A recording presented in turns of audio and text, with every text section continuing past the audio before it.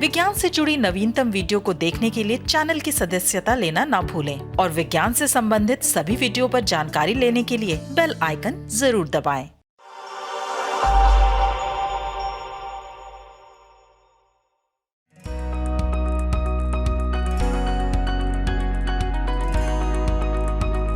Think tank ODI की report में कहा गया है कि विश्व के तापमान में सदी के अंत तक औसत बढ़ोतरी यदि 3 डिग्री की होती है तो इससे भारत की जीडीपी 90% तक कम हो सकती है।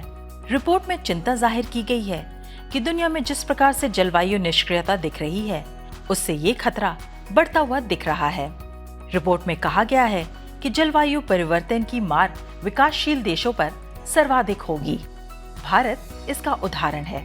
2020 में अम्फान चक्रवात ने 1.3 करोड़ लोगों को प्रभावित किया तथा सिर्फ एक तूफान से 13 अरब डॉलर की क्षति हुई। रिपोर्ट में कहा गया कि यदि भारत के समक्ष जलवायु खतरे नहीं होते तो उसकी जीडीपी का आकार इस समय 25% बड़ा होता। शोधकर्ताओं ने उस सब कारकों का अध्ययन किया है जो जलवायु परिवर्तन से जुड़े हैं तथा भारत की अर्थव्यवस्था को प्रभावित करते हैं। ओडीआई के विशेषज्ञ पीकिया रियलो का कहना है कि भारत पहले से ही जलवायु परिवर्तन की लागत को महसूस कर रहा है और 2020 में कई शहरों में 48 डिग्री सेल्सियस से अधिक तापमान दर्ज किया गया। इससे साल में 1 महीने के दौरान 1 अरब लोगों को गंभीर पानी की कमी का सामना करना पड़ा।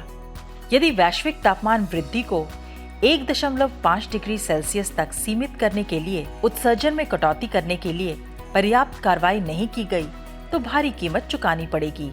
ओडीआई के प्रबंध निदेशक अनुसंधान और नीति रथिन राय कहते हैं कि विकास के लिए कम कार्बन वाली व्यवस्थाओं का अनुसरण करने से भारत में आर्थिक सुधार को बढ़ावा मिल सकता है और आने वाले समय में भारत की समृद्धि सुनिश्चित करने में मदद मिल सकती है।